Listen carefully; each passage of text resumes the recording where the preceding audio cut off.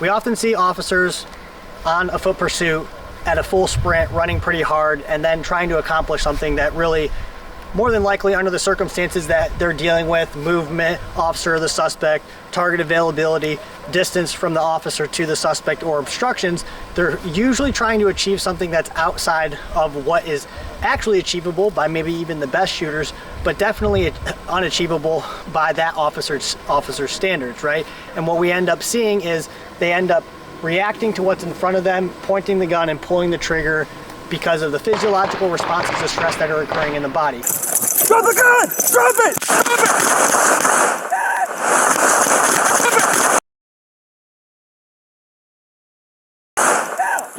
But here's a really good baseline understanding for moving and shooting, right?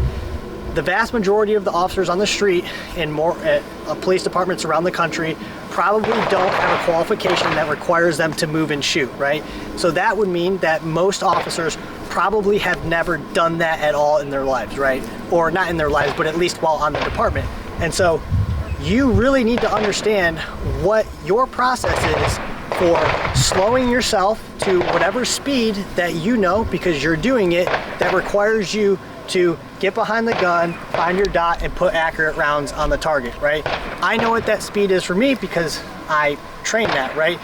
But if you're an officer on the street and you haven't done that yet, again, you really need to consider what it takes to achieve those things and then go out and do it and figure that out for yourself. So the first thing is, nobody can run at a sprint or even a jog and shoot, right? So if we are running with our firearm out, which I completely agree with, and that's fine, depending on the facts and circumstances that exist, right? Our muzzle is going to be pointed, and I like to assume a high ready position and keep positive control of my weapon at all times, right? Just like the rifle in the high ready position, I'm basically looking over the top of my muzzle, right? And I'm focused on the threat in front of me or wherever this guy's going. And should the opportunity present itself and I need to fire, I'm going to slow myself as much as I need to get around on target. Now, more than likely, we're not going to stop all the way if you're running after somebody and then pull the trigger, right? Because if you're deciding to pull the trigger and shoot, there's probably something happening, like the guy's pointing a gun at you or he's already shooting at you, right?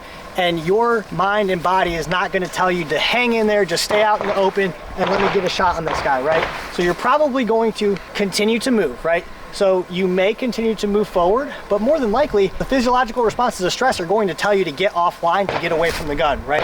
So as you're running after the guy, he turns around and presents a weapon, you're probably naturally going to want to get away from the gun, right? And so I'm just going to do a few jog, run, and shoot and simulating, hey, I'm running after somebody. Now I need to slow myself to where I know I need to get achievable rounds on target. And another consideration is this target is not doing anything, right? This is a fully available target that is just standing there, and it's like something that you will never see in the real world usually, right? So I'm gonna demonstrate that for you, right?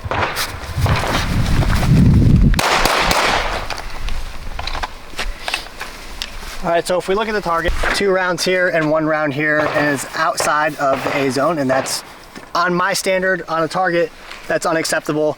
I always want to put rounds in the upper A zone area. So in that scenario right there, I continue to move forward. Most officers, if they are training, shooting and moving on the range, they are moving forward. In this situation here, I'm going to run. I'm going to start slowing myself to where I need to gather myself to put accurate rounds on target. And then I'm going to move still forward because that's the way my momentum is carrying me, but to either side, okay?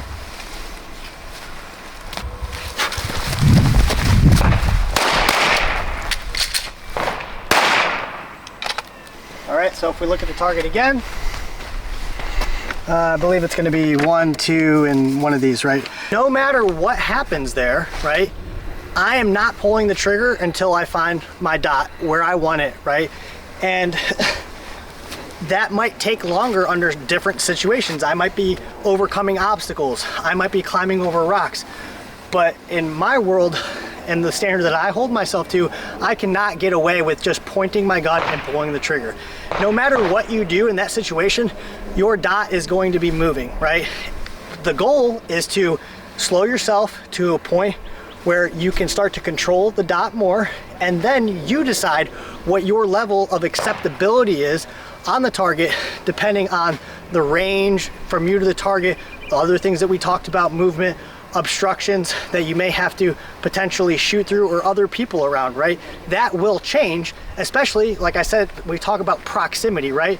If I'm up on the guy already like this, well, I can get away with something like that, right? On a fully available target. But that's a conscious decision that me or my other teammates would make in that moment, right? So those are things you need to consider, and if you have no baseline for what it takes to achieve that, there's a high likelihood that it's probably in your best interest to just shy away from even attempting to do so.